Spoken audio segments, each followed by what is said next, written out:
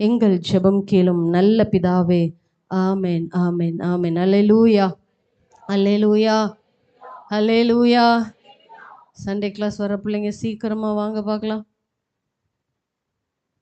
சீக்கிரம் சீக்கிரம். தண்ணி குடிக்க போகணுன்றவங்க தயவு செய்து தண்ணி குடிச்சிட்டு வந்துடுங்க. தண்ணி பாட்டில் எடுத்துகிட்டு வந்துடுங்க. பாதியில் எந்திரிச்சு போயிட்டு இருக்காதீங்க, நடந்துட்டு இருக்காதீங்க. இன்றைக்கும் ஆண்டவராகிய தேவன் நம்மோடு கூட ஒரு சில காரியத்தின் மூலமாய் பேச இருக்கிறார். பலரும் பலதரப்பட்ட நிலையிலே உட்கார்ந்திருக்கிறீர்கள். உங்களுடைய முகங்களை பார்த்தாலே இந்த முகங்கள் அப்படியே தெரிகிறது. பக்கத்தில் இருக்கிறவங்களுடைய முகத்தை பாருங்களேன்.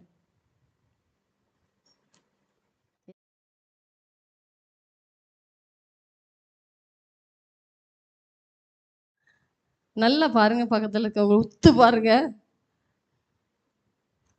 அப்படியே பார்த்து கை கொடுத்து பிரைஸ்லாம் சொல்லுங்களேன்.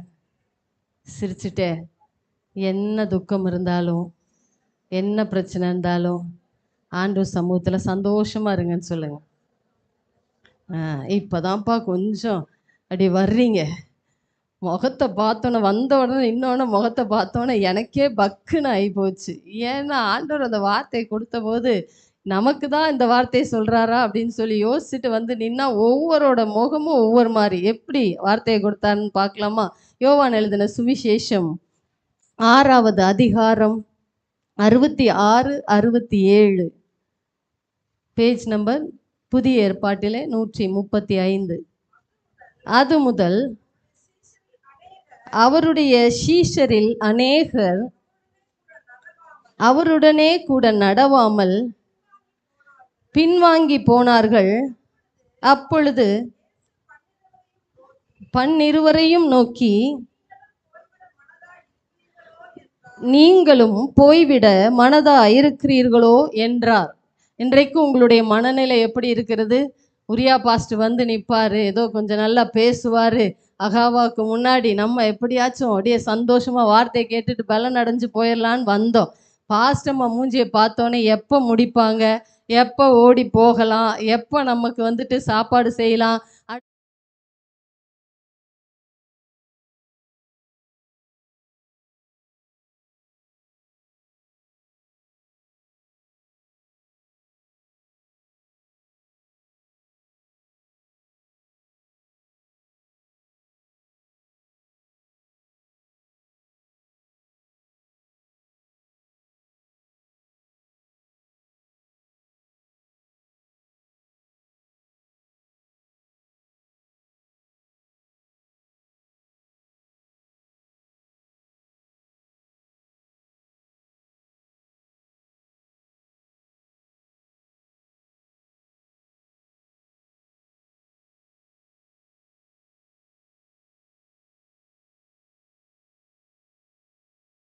மனதில்லை அவர்களுக்கு. சத்தியம், கடினமான சத்தியத்தை ஏற்றுக்கொள்ள மனதில்லை. அந்த வார்த்தைக்கு கீழ்ப்படிய மனதில்லை. எல்லோரும் அதற்கு அந்த வசனம் பாருங்களா, அது முதல் அவருடைய சீஷரில் அநேகர் 66 அவரோடு கூட நடவாமல் பின்வாங்கி போனார்களாம். அது வரைக்கும் அவரோடு கூட ஒரு திரள் கூட்டமாய் சீஷர்கள் அவரை பின்பற்றி வந்தார்கள். சோறு கிடைச்சிரும் இல்லையா, விதவிதமான அற்புதங்கள் நடக்கும். அந்த இடத்துல அவருடைய இயேசு இயேசு இயேசுன்னு சொல்லி ஒரு கூட்டம் அப்படி வரும். இயேசுக்கு பின்னாடி நம்மளும், அப்புறம் இயேசு முன்னாடி இயேசுக்கு பின்னாடி நம்ம தாண்டா அப்படின்னு சொல்லி ஒரு என்ன சொல்றது, அத்தாரிட்டி கிடைக்கும்னு சொல்லி ஒரு கூட்டம் அவருக்கு பின்னாடி வந்து கொண்டே இருந்தது. சீஷர்கள் கூட்டத்தினால் அவர் இருந்து கொண்டே இருந்தார். ஆனால் அந்த கடினமான உபதேசத்தை கேட்ட மாத்திரத்திலே, சத்தியத்திற்கு இப்படிதான் சத்தியம் என்று சொன்ன மாத்திரத்திலே அந்த உபதேசத்திற்கு கீழ்ப்படிய, அந்த உபதேசத்தை ஏற்றுக்கொள்ள சீஷர்களுக்கு மனதில்லை. அது அவரோடு கூட வந்த அத்தனை சீஷர்களுக்கும் மனதில்லை. அந்த நாள் தொடங்கி அவரோடு கூட நடவாமல் அவர்கள் பின்வாங்கி போனார்கள். எஞ்சி 12 பேர் தான் இருந்தார்கள். அந்த 12 பேர்களையும் பார்த்து இயேசு கேட்கிறார், நீங்களும் போய்விட மனதாக இருக்கிறீர்களோ? இன்னைக்கு ஆண்டவர் உங்களையும் பார்த்து சொல்கிறார், நீங்களும் போய்விட மனதாய் இருக்கிறீர்களோ? ஏதோ ஒரு மூலையில, ஏதோ ஒரு ஓரத்தில் உங்களுடைய இருதயத்தில் இருக்கிறத தான் ஆண்டவர் இன்றைக்கு இந்த பலிபீடத்திலிருந்து பேசி கொண்டிருக்கிறார்.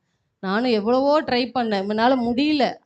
உரியாட்ட சொல்லிட்டேன், உரியா நீ எடுத்திருப்பா அப்படின்னோன்னு, அம்மா இப்போ கடைசி நேரத்தில் வந்து சொல்கிறீங்கம்மா, நான் என்ன பண்ணுறதுன்னா, சரி அவ்வளோ கஷ்டத்துலேயும் நைட்டு உட்காந்து திரும்ப உட்காந்து ஜோமனா திரும்ப அதே வார்த்தை தான், நீங்களும் போய்விட மனதா இருக்கிறீர்களோ.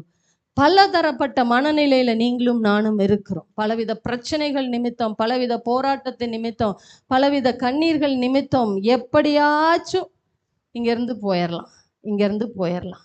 அப்பேற்பட்ட மனநிலையில இருக்கிற உங்களுடைய சில மனநிலைகளை தேவன் உணர்த்தி காட்டினது நிமித்தம் அந்த வார்த்தைகளை கொண்டு தேவன் இன்றைக்கு நம்மோடு கூட பேச இருக்கிறார். அதற்கு முன்பாக ஒரு சம்பவத்தை நான் சொல்ல விரும்புகிறேன்.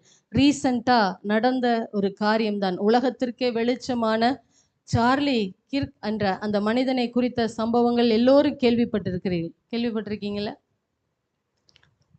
நியூஸ் பார்த்தா தானே, நாங்கள் ரீல்ஸ் மட்டும்தான் பார்ப்போம், நியூஸ் எல்லாம் நாங்கள் பார்க்க மாட்டோம் இல்லையா? ரீல்ஸ் பார்ப்போம், நியூஸ் எல்லாம் பார்க்க மாட்டோம். இன்றைக்கு ஒரு மனிதன் 31 வயது நிறைந்த ஒரு வாலிப பையனாய் இருக்கிற அந்த மகன் மரித்து போயிட்டார். கடந்த நாட்களிலே கொல்லப்பட்டார்கள். அவர் எப்பேற்பட்ட மனிதனாய் இருந்தார் என்று சொன்னால், அந்த 31 வயதிலும் சிறந்த அரசியல்வாதி, சிறந்த பேச்சாளர், சிறந்த எழுத்தாளர், பலதரப்பட்ட டேலண்ட் இருந்த அந்த மகனுடைய வாழ்க்கை மிகுந்த அற்புதமான வாழ்க்கை. அந்த நிறைய ரீல்ஸ் எல்லாம் இப்போதான் அவருடைய குறித்ததான டாக்ஸ் எல்லாம் வந்து கொண்டே இருக்கிறது. அதற்கு முன்பாக யார் அவரிடத்திலே வார்த்தையை பேசினாலும் வசனத்தின் அடிப்படையிலே பேசுவார். குறிப்பாக வாலிபர்கள் மத்தியிலே அவர் செய்த ஊழியங்கள் மிகப்பெரியது. அமெரிக்க தேசம் எப்படி வேணாலும் இருக்கலாம், பலதரப்பட்ட கலாச்சாரங்களை கொண்ட அந்த தேசத்திலே ஆண்டவரை குறித்தும் சபையை குறித்தும் இயேசுவை குறித்தும் பகிரங்கமாய் தெளிவாய் கர்த்தரை குறித்த காரியங்களை அவர் பேசிக்கொண்டே இருந்தார். பல வாலிபர்களுக்குள்ளாக பலதரப்பட்ட கேள்வியில் எப்பேற்பட்ட கேள்வி கேட்டாலும் வசனத்தை வைத்து ஜீசஸ் அப்படின்னு சொல்லி அந்த வார்த்தையை வைத்து பேசக்கூடிய டேலண்ட் நிறைந்த அந்த மகன், சத்தியத்திற்காக நின்ற மகன், சபைக்காக வைராக்கியமாய் நின்ற மகன். அவர் சொல்லுகிறார், என்னுடைய செல்போன் வெள்ளிக்கிழமையில நான் ஆஃப் பண்ணிடுவேன். சனி ஞாயிறு என்னுடைய செல்ஃபோன் ஆஃப் பண்ணியிருக்கும், ஞாயிற்றுக்கிழமைக்கு மேலே தான் என்னுடைய செல்ஃபோன் ஆன் பண்ணுவேன். ஏன்னா எனக்கு சபைக்கு நான் போகணும், சபையில் ஃபோன் யூஸ் பண்ணக்கூடாது. அப்படி சபைக்காக வசனத்திற்காக வைராக்கியமாய் நின்ற அந்த மகன், அதே போல வேதம் எதெல்லாம் தவறு என்று எடுத்து காட்டுகிறதோ, ஆண் ஆணோடு பெண் பெண்ணோடு வாழ்கிற வாழ்க்கை, அபாஷன் பண்ணுகிறது தவறு இல்லை என்று சொல்லுகிற காலகட்டத்தில் இருக்கிற அந்த காரியத்தை தவறு என்று சுட்டி காட்டி, அப்படி செய்யக்கூடாது, வார்த்தையின்படி தான் வாழ வேண்டும் என்று சொல்லி தன்னுடைய வாழ்க்கையில எடுத்துக்காட்டாய் வந்து நின்ற மனிதனை அவர்கள் கொன்று போட்டார்கள். அது ஒரு சின்ன பையன் வைத்து தான் கொன்று போட்டார்கள். எல்லாம் முடிந்தது என்று சொல்லி சத்துரு நினைத்தாள். ஆனால் கடந்த நாட்களிலே பார்த்தீர்கள் என்று சொன்னால் அமெரிக்க தேசத்திலே சபைகள் நிரம்பி வழிகிறதாம். ஆமாம், சபைகள் நிரம்பி வழிகிற எந்த சபையெல்லாம் காலியாக இருந்ததோ அந்த சபைகள் எல்லாம் வாலிப பிள்ளைகள் கடந்து சென்று அந்த ஆராதனையிலே கலந்து கொண்டு, நாங்கள் இன்றைக்கு தான் சபைக்கு வந்திருக்கிறோம், இன்றைக்கு தான் நாங்கள் வேதத்தை பார்க்கிறோம், இன்றைக்கு தான் ஆராதனையிலே நாங்கள் பங்கெடுக்கிறோம், எங்களுக்கு மிகுந்த சந்தோஷம் உண்டாயிருக்கிறது என்று சொல்லி அவ்வளவு அழகா பேட்டி கொடுத்து கொண்டிருக்கிறார். ஒரு மனுஷன் 60 வயதான மனிதன் இதுவரைக்கும் ஆலயத்திற்கே போனதில்லையா? 60 வயது கிறிஸ்டியன், ஆனால் ஆலயத்திற்கு போனதில்லையா? இவருடைய காரியத்தை கேட்ட மாத்திரத்திலே கோட்டு ஷர்ட் எல்லாம் போட்டுட்டு ஒரு கிளிப்பிங் போட்டிருக்கிறார். இன்னைக்கு தான் நான் ஆலயத்துக்கு போகிறேன், கண்ணீரோடு கூட அதை பதிவு பண்ணியிருக்கிறார்கள். சத்தியத்திற்காக நிற்கிற ஒருவேளை அவர்களை சாய்த்து போடலாம், ஆனால் சத்தியம் ஒரு நாளும் சாய்த்து போடவே முடியாது. அல்லேலூயா. அது வேதத்துக்கு புறம்பா எத்தனை பேர் எழும்பினாலும் யாரோ ஒரு மனிதனை கொண்டு வேதம் உண்மை உள்ளது என்பதை தேவன் நிரூபித்து கொண்டே தான் இருக்கிறார். இன்றைக்கும் தேவன் உங்களை பார்த்து சில காரியங்களை கேட்கிறார். ஆதியாமத்தின் புஸ்தகம் 16வது அதிகாரம். இப்பேற்பட்ட காலத்திலே வாழ்ந்து கொண்டிருக்கிற உங்களை பார்த்து ஆண்டவர் கேட்கிறார். முதல் காரியம், ஓடி போக மனதா இருக்கிறீர்களோ? ஆதியாமத்தின் புஸ்தகம் 16வது அதிகாரம் 4 முதல் 8 முறை வரையுள்ள வசனங்களை வாசிக்கலாம். அவள் ஆகாரோட சேர்ந்தபோது கற்பந்தரித்தாள்.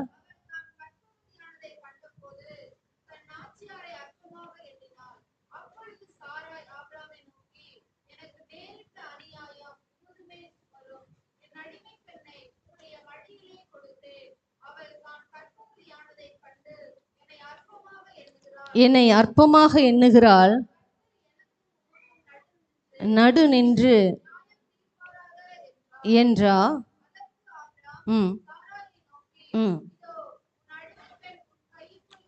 உன் அடிமை பெண் உன் கைக்குள் இருக்கிறாள், செய் என்றார். கடினமாய் நடத்தினபடியால் அவளை விட்டு ஓடி போனாள்.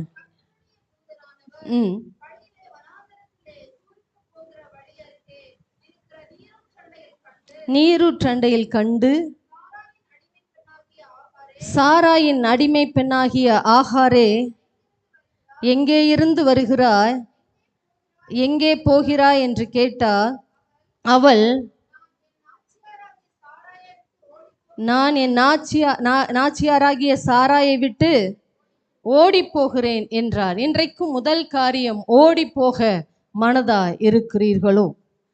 ஆகாருக்கு கிடைத்த வாழ்க்கை மிகப்பெரிய வாழ்க்கை இல்லையா? அடிமை பெண்ணா இருந்த அவளுக்கு கிடைத்த வாழ்க்கை மிகுந்த அற்புதமான வாழ்க்கை. எல்லா காரியத்திற்கும் மற்றவர்களை கையேந்தி நிற்க வேண்டிய நிலைதான் அடிமை பெண்ணாயிருக்கிறவர்களுக்கு கொடுக்கப்படுகிற தண்டனை.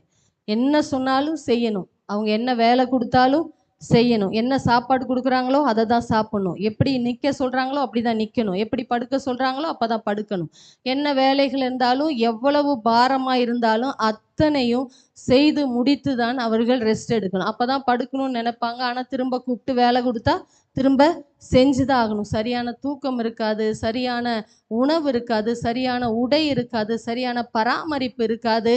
எல்லாத்திற்கும் மற்றவர்களை சார்ந்து நிற்கிற நிலைதான் இந்த ஆகாருக்கு இருந்தது. அடிமை பெண்ணாய் அங்கு இருந்தால் அவளுடைய சாராளுடைய கையிலே அடிமை பெண்ணாய் இருந்த அவளுக்கு அற்புதமான ஒரு வாழ்க்கை கிடைக்கிறது. ஆபிரகாமுடைய மறுமனையாட்டியாய் மாறுகிறாள். அர்ப்பனுக்கு வாழ்வு வந்தா அர்த்த ராத்திரியில கொடை பிடிப்பான். அப்படிதான் இந்த அடிமை பெண்ணானே சாராளுக்கு வாழ்வு கிடைச்ச மாத்திரத்திலேயே நாச்சியாரை அற்பமா எண்ணினாலும், கர்ப்பம் தரித்த மாத்திரத்திலே என்ன நடந்தது? அற்பமா எண்ணினால்.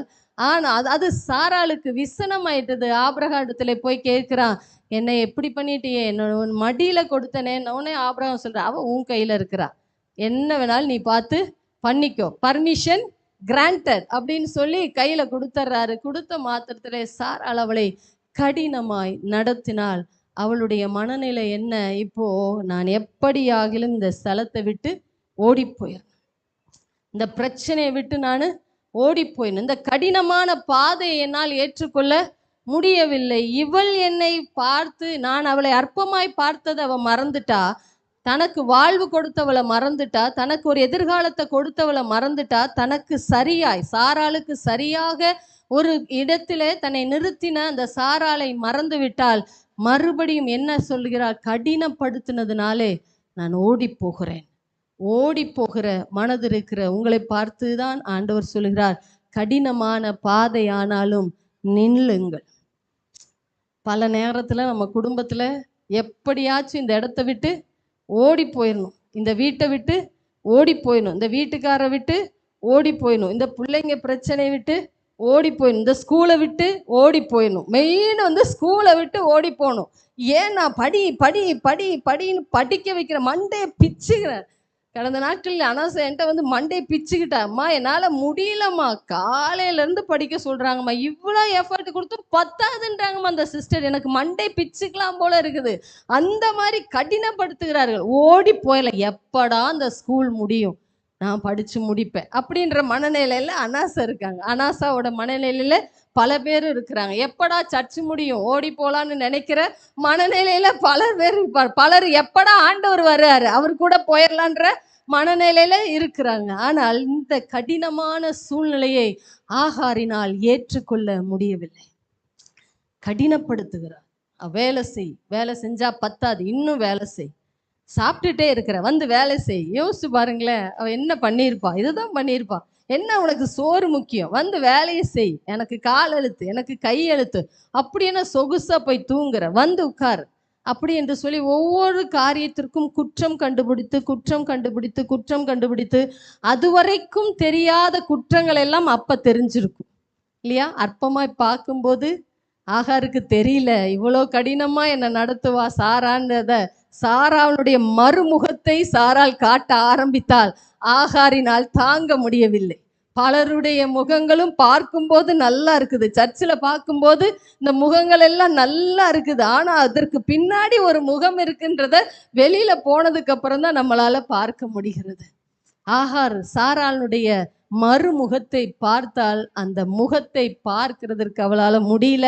அவ கீழே இருந்து வேலை செய்வதற்கு அவளால் முடியல. அவளுக்கு அடிமையாய் மறுபடியும் இருக்க முடியல. ஓடி போக ஆரம்பிக்கிறாள். பல நேரத்துல நம்முடைய நிலைமை அப்படிதான் இருக்குதுல்ல. இந்த வாழ்க்கையே வேண்டாண்டா, போதும் சாமி, எங்கேயாச்சும் போய் ஆசிரமத்துல சேர்ந்துக்கலாம், எங்கேயாச்சும் போய்.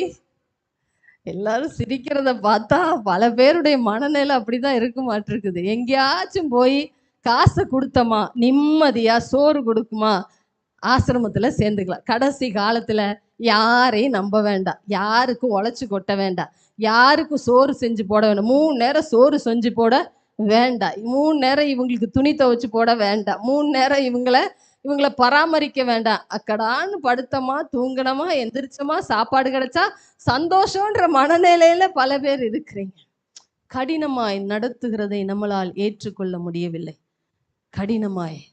கடினமான பாதைகளிலே போவதை நம்மளால் ஏற்றுக்கொள்ள முடிவதில்லை. இந்த வேலை வேண்டாம், இன்னும் கஷ்டப்படுத்துறான். இந்த சூழ்நிலை வேண்டாம், கஷ்டப்படுத்துறாங்க. இந்த இடம் வேண்டாம், கஷ்டப்படுத்துறான். வேற இடத்துக்கு இதை விட பெட்டரா, இதை விட இன்னும் மேன்மையா, இன்னும் இன்னும் அப்படிதான் நம்ம எல்லாமே போயிட்டு இருக்கு. ஆனால் தேவன் பாருங்களேன், திரும்பவும் அவளை சந்திக்கிறார் இல்லையா? சந்தித்து, எங்கே இருந்து வர்ற, எங்க போற, திரும்பிப்போ. ஆண்டவர் பயங்கரமான ஆளுங்க இல்லையா? ஆண்டவர் பயங்கரமான ஆள். நம்ம என்னதான் ட்ராக் மாதிரி போகலான்னு நம்ம நினைச்சாலும், இந்த இடத்த விட்டு ஓடி போயிடலான்னு நினைச்சாலும், இந்த சபை விட்டு போய்விடலான்னு நினைச்சாலும், இந்த பாஸ்டமா விட்டு போய்விடலான்னு நினைச்சாலும், கர்த்தர் கரெக்டான நேரத்துல நமக்கு நம்மளை சந்திக்க அவர் வந்து விடுவார்.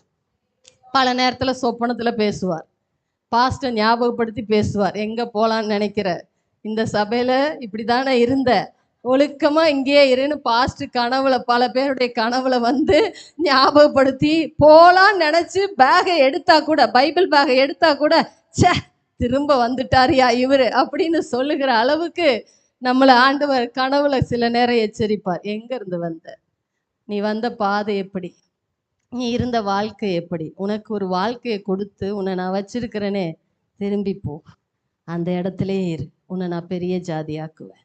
இன்றைக்கும் ஆண்டவர் சொல்றார், கடினமான பாதைகளிலே நாம் நடத்தப்படுகிற போது, அல்லது மறுபடியும் அதை காட்டிலும் கடினமான பாதைகளிலே நான் நடத்தப்படுகிற போது, தேவனுடைய வார்த்தைக்கு கீழ்ப்படிந்து திரும்ப போவோம் என்று சொன்னால், திரும்ப அந்த இடத்துல நிற்போம் என்று சொன்னால், தேவன் நம்மை கொண்டு பெரிய காரியங்களை செய்வார். ஆகாருக்கு அதற்கு பின்னாடி ஆண்டவர் சொன்ன அதுக்கப்புறம் எந்த வார்த்தையும் அவள் பேசவே இல்லை இல்லையா? எந்த இடத்துலயாச்சும் பேசினால? பேசவே இல்லை. அற்பமா எண்ணினதை சாராள் கூட ஆபிரகாம் கிட்ட கம்ப்ளைண்ட் பண்ணா. ஆனா இவ ஆண்டவரே வந்து நிற்கிறார் இல்லையா? ஆண்டவரே வந்து கேட்கிறார். அவள் கம்ப்ளைண்ட் பண்ணவே இல்லை. நான் போடி போறேன்ப்பா அப்படின்னு சொல்கிறார். அவர் சொல்கிறார், திரும்ப உன் நாச்சியார் இடத்துல திரும்பி போய் அவள் கையிலே அடங்கியிரு. சரியான வார்த்தை, அடங்கியிரு. அவள் கையில் அடங்கியிரு. அவ என்ன பண்ணாலும் பரவாயில்ல, அடங்கியிரு. அவ என்ன மாதிரி உன்னை கடினமா நடத்தினாலும் அடங்கியிரு. அவள் எப்படிதான் உன்னை பேசினாலும் அடங்கியிரு. பேசக்கூடாத வார்த்தைகளை பேசினாலும் சரி, அடங்கிரு. என்னை விட்டு போனவதானடி, ஓடி போனவதானடி, நீதானடி, என்னை விட்டு போனலன்னு திரும்பி திரும்பி திரும்பி திரும்பி அதே வார்த்தையை பேசினாலும் அடங்கிரு. அவள் கையிலே அடங்கியிரு என்று சொல்லி கட்டளையாக அவர் சொல்லி அனுப்புகிறார். அந்த கட்டளைக்கு அவள் கீழ்ப்படிந்து நடந்தால் இஸ்மவேல் இன்ற அளவுக்கும் சாதிக்கிற ஒரு சந்ததியை பெற்றெடுத்து தேசத்தை பயமுறுத்தி கொண்டிருக்கிற ஒரு நிலைக்கு கொண்டு வந்து நிறுத்தினாள் ஆகார். இன்றைக்கு பரிசுத்த ஆவியானவர் உங்களையும் என்னையும் பார்த்துதான் சொல்கிறார். பல நேரத்தில் தேவன் நடத்துகிற கடினமான பாதைகளிலே நாம் கடந்து போக மனதில்லாமல் அதை விட்டு ஓடி போக மனதாக இருக்கிறோம். கர்த்தர் உங்களையும் என்னையும் பார்த்து சொல்கிறார், நீங்கள் நடந்து போகிற பாதைகள் ஒருவேளை கடினமாகவே இருக்கலாம்.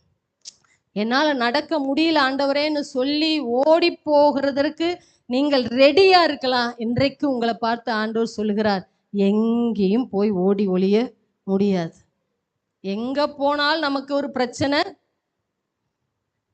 இருக்கும். பிரச்சனை பிரச்சனை பிரச்சனைன்னு எங்கேயாச்சும் நம்ம போய் ரிலாக்ஸ் ஆகலாம்னு நினைப்போம். ஆனா அங்க 2 பிரச்சனை நமக்காகவே வெயிட்டிங்ல இருக்கும். அங்கெல்லாம் எங்கேயாச்சும் இந்த இந்த இந்த சர்க்கிளே வேண்டான்னு எங்கேயாச்சும் நம்ம போலான்னு நினைப்போம். அங்கேயும் ஏதாச்சும் 2 பிரச்சனை ஆண்டவர் வச்சிருப்பார். ஏன்னா நாம் அடங்கி இருக்க அவர் கற்றுக் கொடுக்கிறார். தேவன் கரத்துல, சாராளுடைய கரத்திலே அடங்கி இருக்க ஆகாருக்கு கற்றுக் கொடுத்தது போல கடினமான பாதைகளிலே நீங்களும் நானும் நடக்கிற போது அடங்கி இருப்பதற்கு தேவன் நமக்கு பாடங்களை கற்றுக் கொடுக்கிறார். கரடு முரடான பாதைகளா இருக்கலாம். பலருடைய சூழ்நிலை முள்ளு மேல நடக்கிற மாதிரி இருக்கலாம். பலருக்கு முள்ளு தச்சு ரத்தமே வருகிற சூழ்நிலைகளா இருக்கலாம். என் இருதயம்லாம் காயப்பட்டு நொறுக்கப்பட்டு இருக்குது பாஸ்டர்மா. உங்களுக்கு என்ன தெரியும்? நீங்க வர்றதும் இல்லை, விசாரிக்கிறதும் இல்லை, எப்படி இருக்கிறீங்கன்னு என்னை பார்த்து கேட்கறதும் இல்லை. எங்க பிரச்சனை எங்களுக்கு தானே தெரியும் அப்படின்ற மனநிலையில கூட நீங்க இருக்கலாம். ஆண்டவர் உங்களை பார்த்தா பேசிட்டே இருக்கிறார். எவ்வளவு கடினமான பாதையானாலும் சரி, அடங்கி இருங்கள். கர்த்தருடைய பலத்த கரத்திற்குள்ளாக அடங்கி இருங்கள்.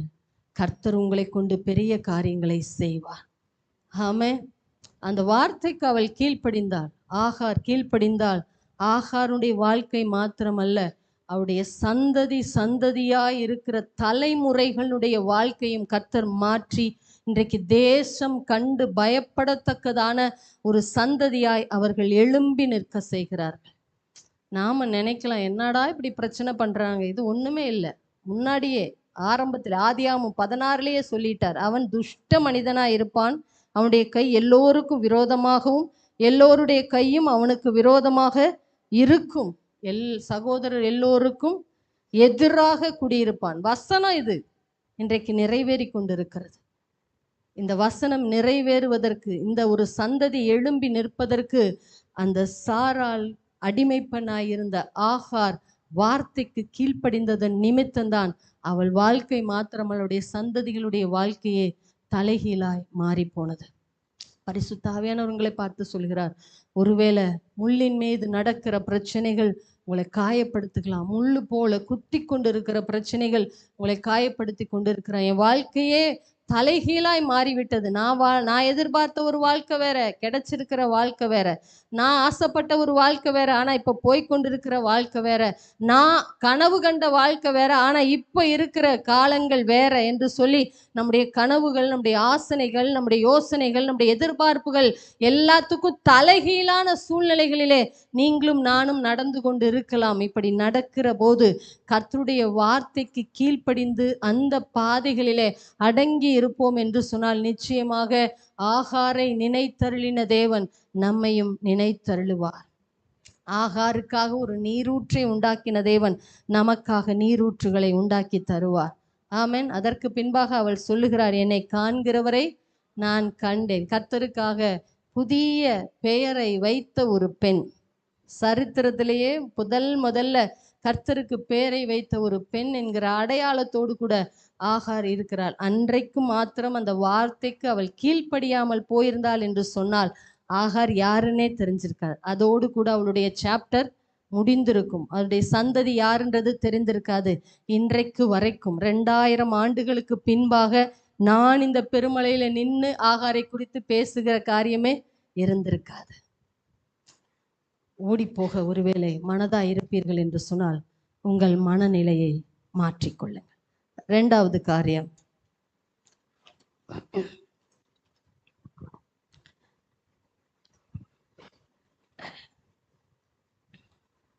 ஒன்று ராஜாக்கள் 19வது அதிகாரம் 1 முதல் 4 வரை உள்ள வசனங்களை வாசிக்கலாம்.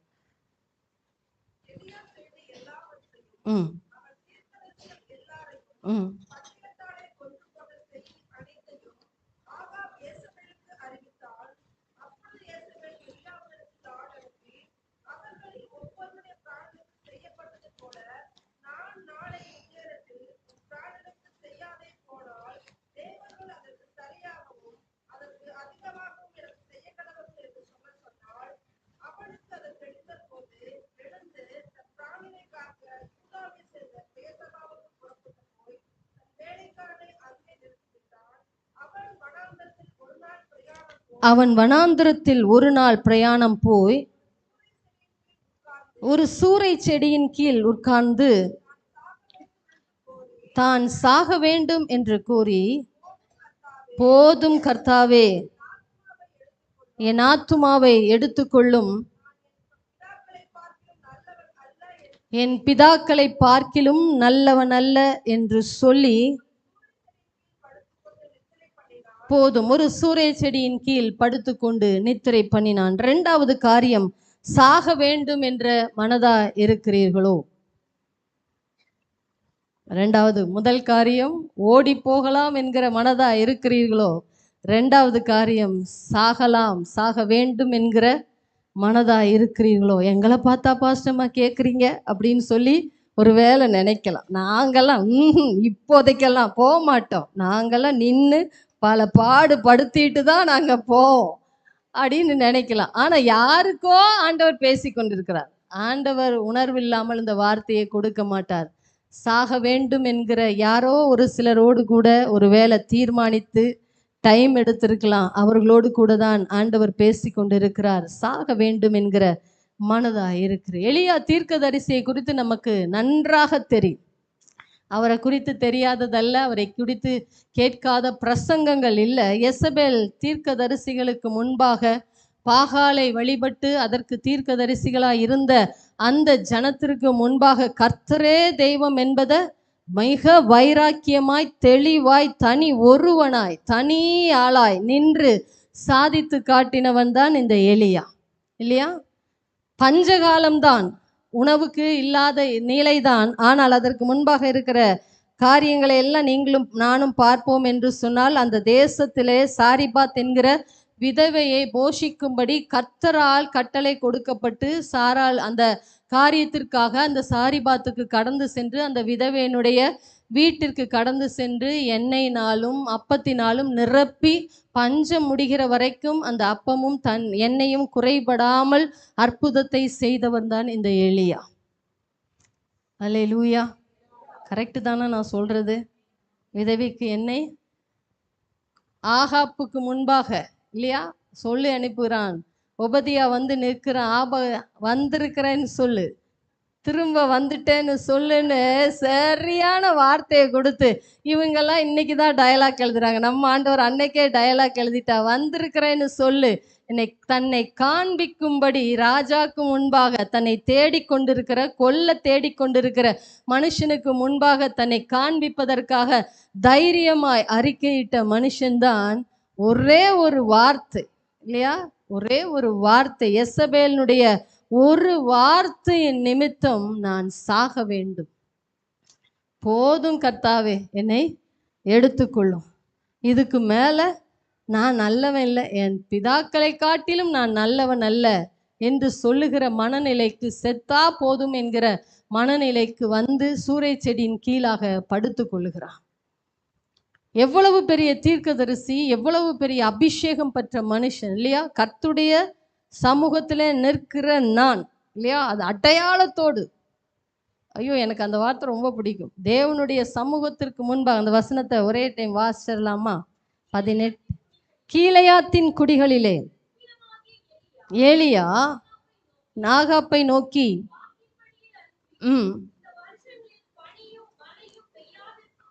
என்று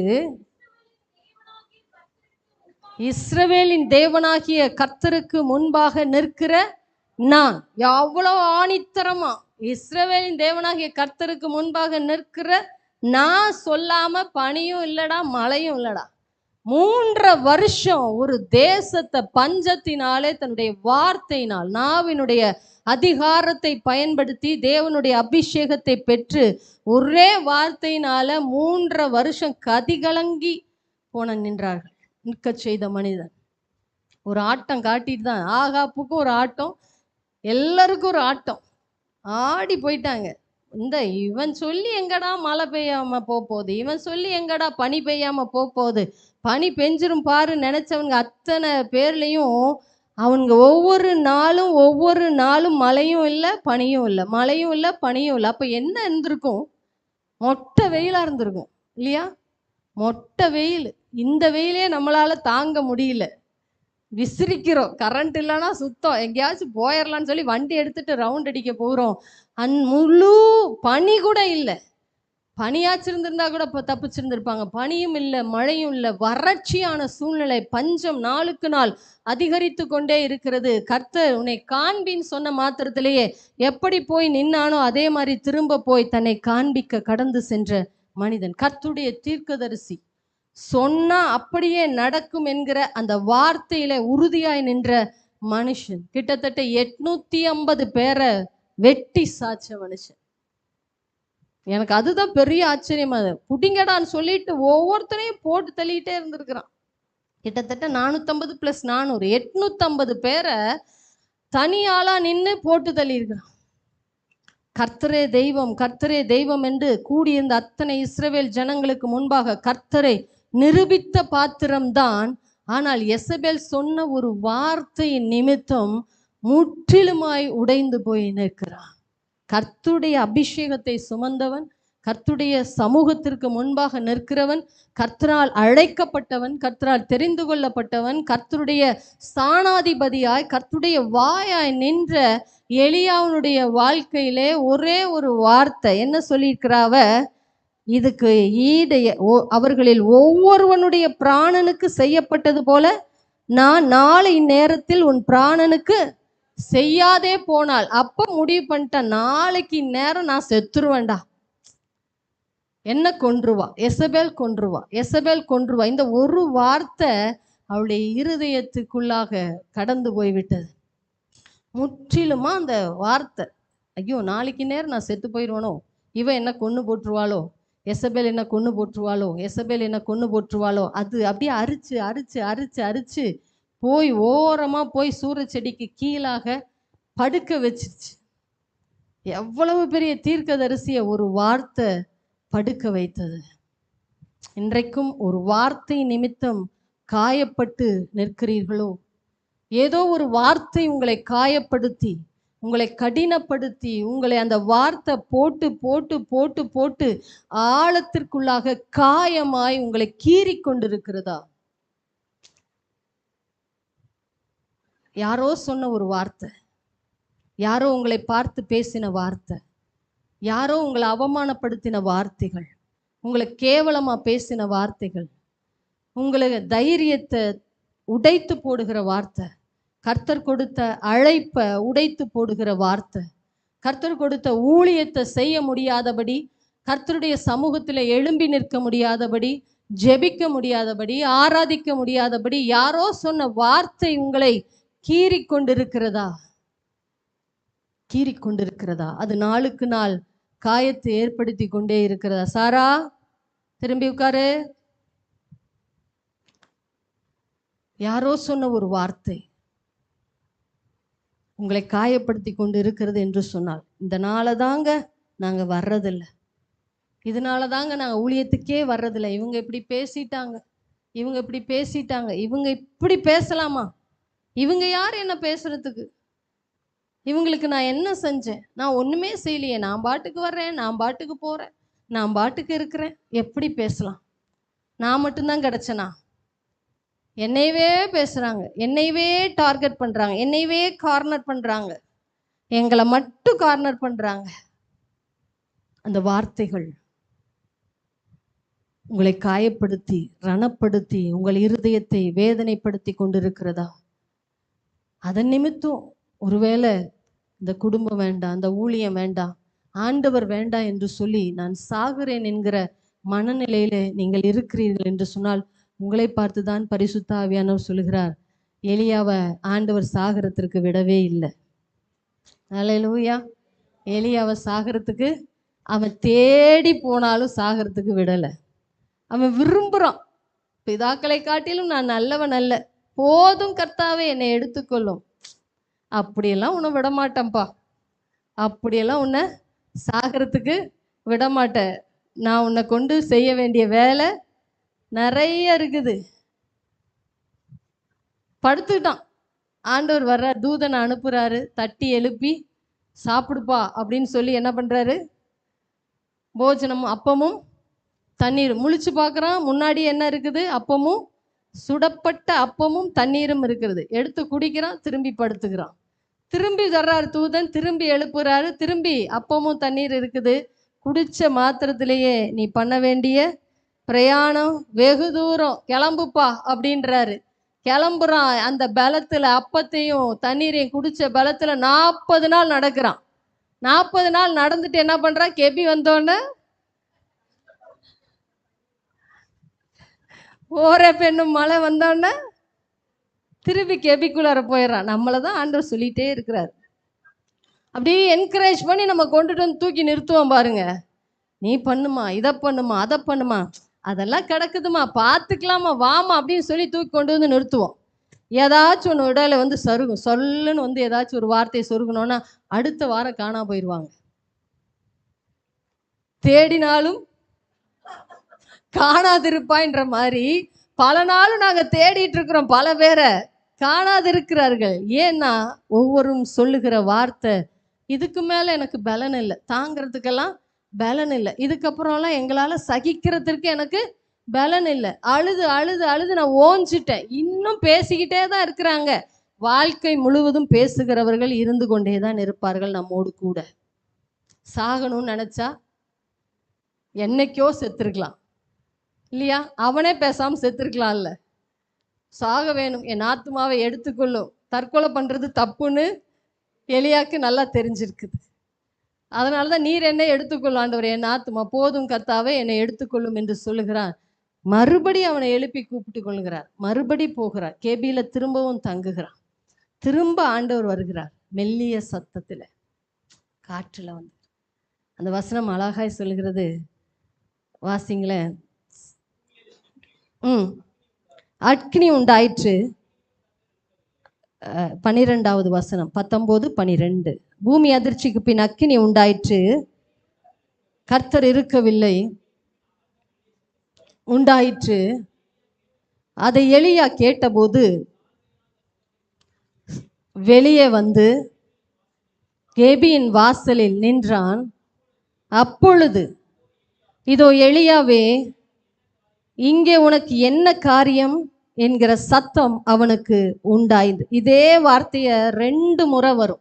எலியாவே, உனக்கு இங்கு என்ன காரியம்? நீ போக வேண்டிய தூரம் வெகு தூரம். இன்றைக்கும் பரிசுத்த ஆவியானவர் உங்களை பார்த்து சொல்லுகிறார். மறுபடி 2 விசை சொல்லுகிறார்.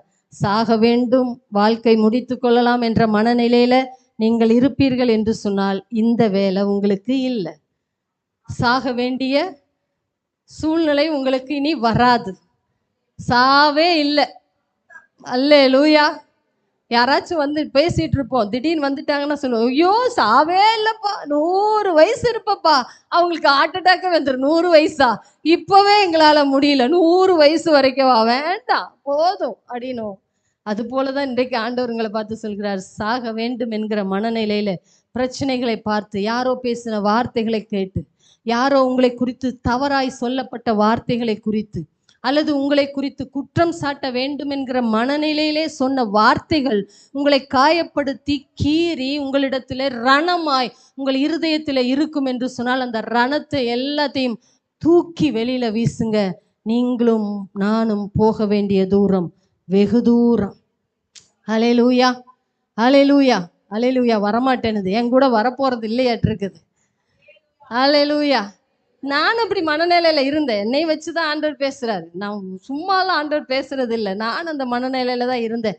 எல்லாம் முடிஞ்சிருச்சு, அவ்வளோதான். இதுக்கு மேலே நம்ம எங்கே போய் ஊழியத்தை செஞ்சு, அடுத்து உரியா வந்துட்டாங்க, உரியா பார்த்துக்குவாங்க, எல்லாத்தையும் அவங்க கையில் ஒப்படைச்சிட்டு பேசாமல் நிம்மதியாக இருந்துக்கலாம். அப்படியே ஒரு ஓரத்தில் ஞாயிற்றுக்கிழமை ஆராதனைக்கு வர்றோமா இருந்துக்கலாம், வீட்டில் இருக்கிறோமா ஜெபம் பண்ணுறோமா இருந்துக்கலாம், பாக்கி எல்லா காரியத்தையும் சீக்கிரத்தில் உரியாவுக்கு ஒரு கல்யாணத்தையும் பண்ணி வச்சுட்டு அவங்க பார்த்துக்குவாங்க. குடும்பம் கைத்தட்டு பலமாக இருக்குது.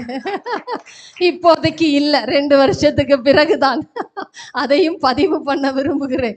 2 வருஷத்துக்கு பின்னாடி தான் எப்படியும் கொடுத்துட்டு நம்ம பாட்டுக்கு பேசாமல் ஒரு மூலையில் உட்காந்துடலான்னு இருந்து ஒரு நாள் ஜெபித்து கொண்டு இருக்க போது தான் ஆண்டவர் சொன்னார், இல்லை, போக வேண்டிய தூரம் வெகு தூரம்.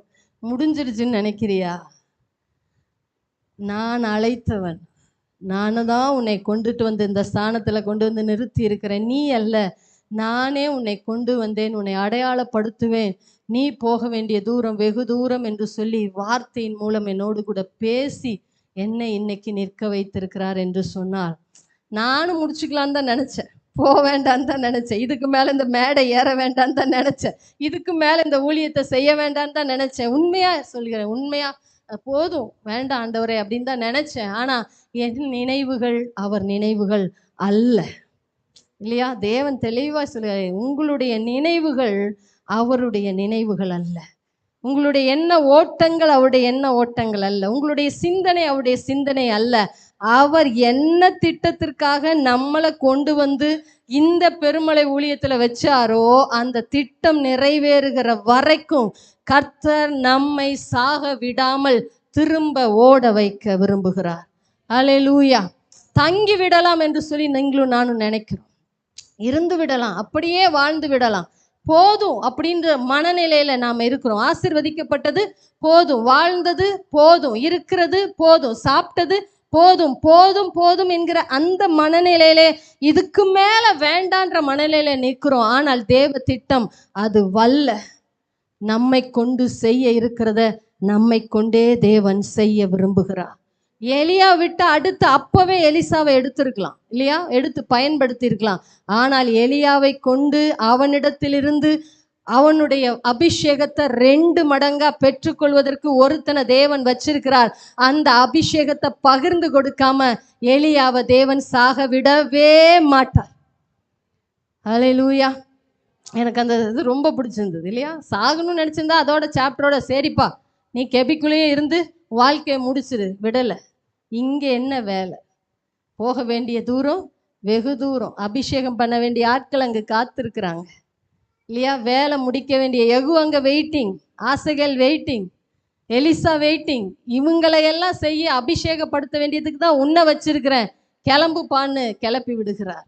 இன்றைக்கும் பரிசுத்த ஆவியானவர் உங்களை பார்த்து என்னை பார்த்து தான் சொல்லுவேன், போதும் ஆண்டவரே, இந்த வரைக்கும் நான் செஞ்ச ஊழியம் போதும், இது வரைக்கும் என் குடும்பத்தை பார்த்தது போதும், இது வரைக்கும் உமக்காக இருந்தது போதும், உமக்காக உழைத்தது போதும், உமக்காக கொடுத்தது போதும் என்கிற மனநிலையில நீங்க இருந்தீங்கன்னா ஆண்டவர் மறுபடியும் சொல்கிறார், போதும் என்கிற மனநிலையை மாத்திக்கோ, உன்னை கொண்டு செய்ய இருக்கிறத உங்களை கொண்டே செய்வார். அல்லேலூயா. நமக்கு சொன்னதை நிறைவேற்றுகிற வரைக்கும் அவர் நம்மளை விட்டு விலகுவதும் இல்லை, நம்மை கைவிடுவதும் இல்லை. ஏன் விலகுவதில்லை, கைவிடுவதில்லை தெரியுங்களா? உங்களை வேலை வாங்கணும்னு அவர் ரெடியாக இருக்கிறார். அகாவாவுக்கு வேலை செய்கிறதுக்கு நீங்கள் எல்லோரும் தேவை. அல்லேலூயா. நாங்களாம் செய்ய மாட்டோம், இத்தனை வருஷம் நாங்கள் செஞ்சுட்டோம், செஞ்சு என்ன கிடைச்சது? திரும்பி பாருங்கள், என்ன கிடைச்சதுன்னு ஒருவேளை நீங்கள் நினைக்கலாம். திரும்பி பாருங்கள், நீங்கள் வந்த நிலைமையை கொஞ்சம் திரும்பி பாருங்கள், நீங்கள் இருந்த வாழ்க்கையை கொஞ்சம் திரும்பி பாருங்கள். எந்த கண்டிஷனில் ஆண்டவரிடத்துல வந்தீங்க, எந்த இடத்துல எப்பேற்பட்ட சூழ்நிலையில ஆண்டவர் உங்களை தெரிந்தெடுத்தார், இன்றைக்கு ஆண்டவர் உங்களை எப்படி வச்சிருக்கிறான்றதை திரும்பி பார்ப்போம் என்று சொன்னால் நன்றி சொல்லுவதற்கு நாவுகள் போதாது, ஆண்டுகளும் போதாது. ஒருவேளை சாக வேண்டும் என்கிற மனநிலையில இருக்கலாம், போதும் என்கிற மனநிலையில இருக்கலாம், இப்படியே போய்விடலாம் என்கிற மனநிலையில கூட நீங்க இருக்கலாம். உங்கள் மனநிலையை மாற்றிக்கொள்ளுங்கள். உங்களை கொண்டு செய்ய வேண்டியதை கர்த்தர் உங்களை கொண்டே செய்வார். அல்லேலூயா. எலியாவை கொண்டு செய்ய வேண்டிய வேலை எலியாவை கொண்டு செய்து முடித்தார். ஆகாரை கொண்டு செய்ய வேண்டிய திட்டத்தை ஆகாரை கொண்டுதான் செய்து முடித்தார். அப்படித்தான் உங்களை கொண்டும் என்னை கொண்டும் செய்ய இருக்கிற திட்டம் பெருசு. நீங்களும் நானும் போக வேண்டிய தூரம் வெகு தூரம், நாம் அடைய வேண்டிய இலக்கு பெரிய இலக்கு. இந்த ஊழியத்தை தேவன் கொடுத்திருக்கிறார் என்று சொன்னால் அந்த அகாவா முகாமிலே 7000 பேர் கொண்ட ஜெபசேனையை உருவாக்க வேண்டும் என்கிறது தான் இந்த அகாவாவுடைய தரிசனம். அந்த தரிசனத்திற்கு நீங்களும் நானும் தேவை என்பதற்காகத்தான் நம்மை வைத்திருக்கிறார். அல்லேலூயா. பலதரப்பட்ட ஊழியங்களை செய்ய வேண்டும் என்பதற்காக 7 தரிசனத்தோடு கூட தான் கடந்த வருடத்தில் பாஸ்டர் அந்த தரிசனங்களை எல்லாம் உங்களிடத்தில் பகிர்ந்து கொண்டார். 1 by 1 அந்த தரிசனத்தை செய்வதற்கு ஏதோ ஒரு வகையில் நீங்கள் தேவை என்பதனால தான் தேவன் உங்களை என்னையும் வைத்திருக்கிறார். உங்கள் முழங்கால்கள் தேவை, உங்களுடைய கரங்கள் தேவை, உங்களுடைய ஜெபங்கள் தேவை, உங்களுடைய ஒத்துழைப்பு தேவை, உங்களுடைய அரவணைப்பு தேவை, உங்களுடைய ஆறுதல் தேவை என்பதற்காக மட்டுமே தேவன் உங்களையும் என்னையும் வைத்திருக்கிறார். என்னெல்லாம் பார்த்து யாரும் ஒன்றும் கேட்கறது இல்லைங்க. நம்மளை விசாரிப்பதற்காக அல்ல, பல பேரை விசாரிப்பதற்காக தேவன் நம்மை வைத்திருக்கிறார். ஆமென், அல்லேலூயா. இருளில் இருக்கிற ஜனங்களை விடுவிப்பதற்கும், கட்டுண்டவர்களை விடுதலையாக்குவதற்கும், வியாதியஸ்தர்களை தேவனுக்காக அவர்களுடைய தேவ சமூகத்திலே கொண்டு வந்து நிறுத்தி அவர்களுக்காக ஜெபிப்பதற்கும், மரண தருவாயில் இருக்கிற ஜனத்திற்காக கண்ணீரோடு போராடுவதற்கும் தேவன் நம்மை வைத்திருக்கிறார். சபை என்பது சாதாரண காரியங்கள் அல்ல. சபையில் இருக்கிற ஜனங்கள் நீங்கள் சாதாரணமானவர்கள் அல்ல, சாக வேண்டியவர்களும் அல்ல. சத்தியத்திற்காக நிற்க பிறந்தவர்கள் தான் நீங்களும் நானும். ஒரு சார்லஸ் அவர் இறந்து போய் விடலாம். அந்த காரியத்தை போடுகிற போது போட்டிருந்தாங்க, அடுத்து இந்த மைக்கை எடுக்க போறது யாரு என்று சொல்லி ஒரு கிளிப் மாதிரி போட்டிருந்தாங்க. ஒரு பையன் எடுத்து அதற்கப்புறம் ஒரு ரீல்ஸில் போட்டிருந்தான். அந்த மைக்கு அவன் கையில் இருக்கிறது மாதிரி போட்டிருந்தான். பேசி கொண்டிருந்தான் சார்லி கேக்கு கொடுத்து. அப்போ ஒருவேளை மைக்கை பிடிச்ச சார்லி இறந்து போயிருக்கலாம், ஆனால் அவனை கொண்டு செய்ய இருக்கிற வேலையை கர்த்தர் செய்து முடித்து விட்டு தான் அவன் இந்த பூமியிலிருந்து எடுத்தார். அல்லேலூயா. அவர் மரித்து போகலாம். நமக்கெல்லாம் 31 வயது சாகிற வயதா என்று சொல்லி கூட கேள்வி இருக்கலாம். ஆனால் அதை சந்தோஷமாய் சாவு வரும் என்பதை நன்றாய் தெரிந்து, அதுதான் பெரிய மேட்ரு. அவனுடைய இது எல்லாமே இங்கிலீஷில் இருக்கிறதுனால எனக்கு ஃபுல்லாக தெரியாது. ஆனால் ஓரளவுக்கு நிதானித்து என்னால் சொல்ல முடியும். சாவு வரும், வந்தா கூட நான் இப்படி தான் அதை எதிர்கொள்வேன் என்கிற அளவுக்கு பேட்டி கொடுக்குற அளவுக்கு தேவனுக்காக நின்ற மனிதன். இன்றைக்கு அவர் சாதித்து முடித்து விட்டார். அவரை கொண்டு பல ஜனங்கள் தேவனுடைய ஆலயத்திற்கு கடந்து செல்ல, பலர் கூடி ஆராதிக்க, கிறிஸ்துவை ஏற்றுக்கொள்ள, கிறிஸ்துவனாகவே பிறந்தும் கிறிஸ்துவை அறியாத ஜனத்திற்கு இவர்தான் கிறிஸ்து என்பதை காட்டி கொடுத்து விட்டு அவர் கடந்து சென்று விட்டார். இன்றைக்கு பரிசுத்த ஆவியானவர் உங்களுக்கும் எனக்கும் அந்த வைராக்கியத்தின் ஆவியை கேட்கிறார். என் பிரச்சனை பெருசா இருக்குது, பிரச்சனையை பார்க்கிலும் பிரச்சனையோடு உங்களை நடத்துகிற கர்த்தர் பெரியவர். பிரச்சனையின் பாதையிலே அவர் இருக்கிறார் என்பதை மாத்திரம் நீங்களும் நானும் மறந்து விடவே கூடாது. சாக வேண்டும் என்கிற மனநிலையோடு கூட இருக்கிற உங்களை பார்த்து சொல்கிறார், சாவை சந்தித்து அந்த இழப்பை தாங்க முடியாதபடி 2 குழந்தையோடு கூட அந்த மகள் இன்றைக்கு தனித்து நின்று கொண்டு இருக்கிறார். எத்தனை பேர் இருந்தாலும் அவளுக்கு அவருடைய கணவன் கிடைப்பது போல இருக்காது. எத்தனை பேர் இருந்தாலும் அந்த 2 பிள்ளைகளுக்கு அவன் தகப்பன் இருப்பது போல இருக்காது. ஆனாலும் தன் கணவனை சுட்டவனை மன்னித்து, ஆண்டவர் எங்களுக்கு கற்றுக் கொடுத்திருக்கிறார், மன்னிக்க, நானும் மன்னிக்கிறேன் என்று பகிரங்கமாய் அறிக்கையிட்டு இன்றைக்கு பெரிய ஒரு மகளாய் பல பெண்களுக்கு முன் அடையாளமாய் அவளை தேவன் நிறுத்தி இருக்கிறார் என்று சொன்னால், உங்களையும் தேவன் மற்றவர்களுக்கு முன்பாக அடையாளப்படுத்த தான் விரும்புகிறார். மற்றவர்கள் பார்க்க உங்களையும் என்னையும் அடையாளப்படுத்த தான் விரும்புகிறார். சத்தியத்திற்காக நிற்கிறோம். இன்றைக்கு நாம் என்ன ஒரு வார்த்தையை நம்மளால மன்னித்து மறந்து நிற்க முடியவில்லை. எவ்வளவு பெரிய இழப்பு, இழக்கக்கூடாத பெரிய இழப்பு. சுட்டவனே இருக்கிறாங்க. எவ்வளவு பெரிய தண்டனையை இவ கொடுக்க சொன்னாலும் கொடுப்பதற்கு டொனால்ட் ரெடியா இருக்கிறார் இல்லையா? அவ ஒரு வார்த்தை சொல்லிட்டா போதும், அவன் இருந்த இடம் தெரியாம அடையாளமே இல்லாதபடி செய்வதற்கு அவ்வளோ பவர் இருக்கிற பொசிஷன்ல இருக்கிறாள் அவள். ஆனால் அவள் சொன்ன ஒரு வார்த்தை, மன்னிக்கிறேன், மன்னிக்கிறேன். இன்னைக்கு நம்ம சொல்றோம், என்னால மன்னிக்க முடியல, மறக்க முடியல. சின்ன வார்த்தைகளை மன்னிக்க முடியல, மறக்க முடியல. இவங்க அப்படி பேசிட்டாங்க, அவங்க அப்படி பேசிட்டாங்க, என்னால மன்னிக்க முடியல. இழக்கக்கூடாததை இழந்து மன்னிக்கிறேன் என்கிற மனநிலையை கிறிஸ்துவை காட்டி கொடுக்கிற அவள் எங்கே, நாம் எங்கே? வார்த்தையினால் காயப்பட்டு, வார்த்தையினால் வேதனைப்பட்டு, வார்த்தையினால் கர்த்தருடைய ஊழியத்தை விட்டு கடந்து சென்றிருக்கிற உங்களை பார்த்துதான் அந்த சார்லினுடைய வைஃப் ஒரு அடையாளமாய் நிற்கிறாள். அவள் மன்னித்தாள், அவள் மன்னித்தாள். தனக்கு எதிரடையாய் நின்ற அந்த மனிதனை அவள் மன்னித்தாள். தன்னுடைய கணவனை கொன்றவளை மன்னித்தாள். கிறிஸ்துவின் அன்பை வெளிக்காட்டினாள். அதுதான் அவளுக்கு சான்ஸ் இல்லையா? அந்த ஒரு நேரம் அந்த மைக்கு தான் அவளுக்கு கிடைச்ச சான்ஸ். அந்த மைக்கை கர்த்தருக்காக, கர்த்தருடைய அடையாளத்தை, அன்பை வெளிப்படுத்துகிற அந்த வேலையை கரெக்டாக செஞ்சு முடிச்சிட்டான். இன்னைக்கு ஆண்டவர் ஜீசஸ் என்று சொன்னால் மன்னிப்பு என்கிற குணத்திற்கு அடையாளமாய் அவளை உலகம் காட்டி கொண்டிருக்க. எல்லா மீடியாவிலையும் காட்டுறான், எல்லா மீடியாலையும். உலகமெங்கும் மன்னிக்கிறேன். ஜீசஸ் எங்களுக்கு சொல்லியிருக்கிறார், நானும் மன்னிக்கிறேன். உங்களுடைய என்னுடைய இருதயத்திலும் ஒரு வார்த்தை நிமித்தம் காயப்பட்டு மற்ற காரியத்தை, தேவனுடைய சிநேகத்தை விட்டு பிரிந்து நிற்கிறீர்களா? தேவனுடைய அன்பை விட்டு பிரிந்து நிற்கிறீர்களா?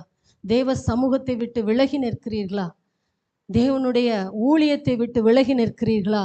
கர்த்தர் உங்களை பார்த்து தான் பேசி கொண்டிருக்கிறார். சாக வேண்டும், வாழ்க்கை வேண்டும், போதும், இதற்கு மேல் எனக்கு வேண்டாம் என்கிற மனநிலையை மாற்றிக்கொள்ளுங்கள்.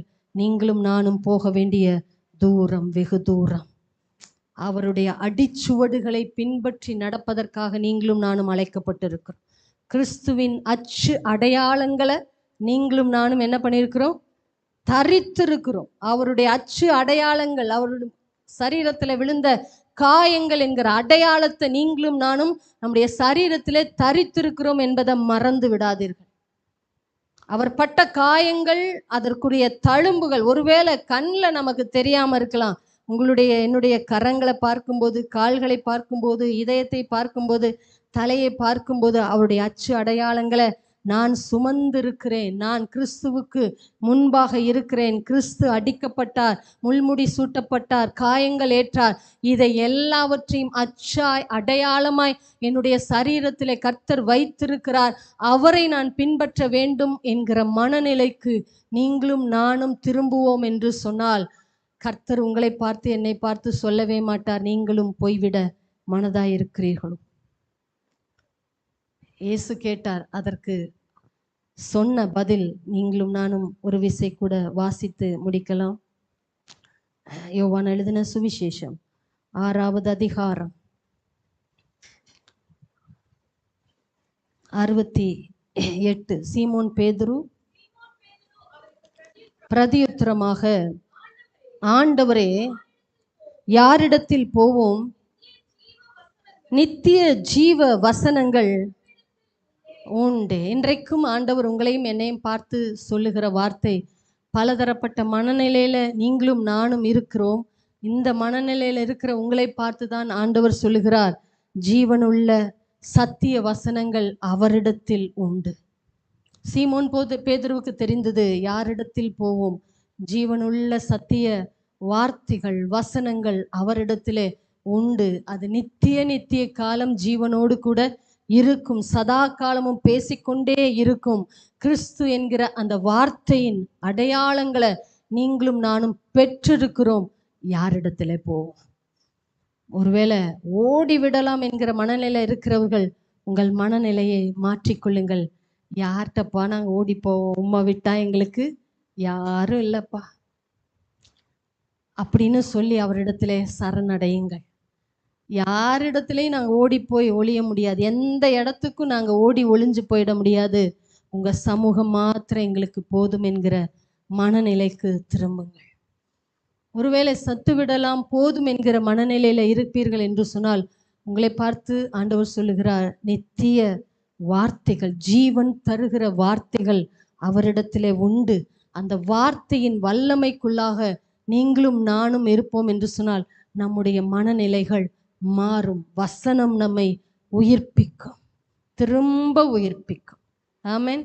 வசனம் நம்மை உயிர்ப்பிக்கும், திரும்பவும் நம்மை உயிர்ப்பிக்கும். திரும்ப அந்த வார்த்தைகள் அவரோடு கூட நம்மை நிற்க வைக்கும், திரும்ப அவரோடு கூட உறவாட வைக்கும், திரும்ப நம்மை எழும்ப வைக்கும், திரும்ப நம்மை செயல்பட வைக்கும். அப்படி வல்லமை மிக்க வார்த்தைகள் இயேசுவினிடத்திலே உண்டு. அந்த வார்த்தைக்கு வல்லமை உண்டு. அந்த வார்த்தை என்கிற தேவனை பற்றி கொள்ளுங்கள். கர்த்தர் உங்களை சாகாமல் காத்து வாழ வைப்பார். எழும்பி நிற்கலாம், எழும்பி நிற்கலாம்.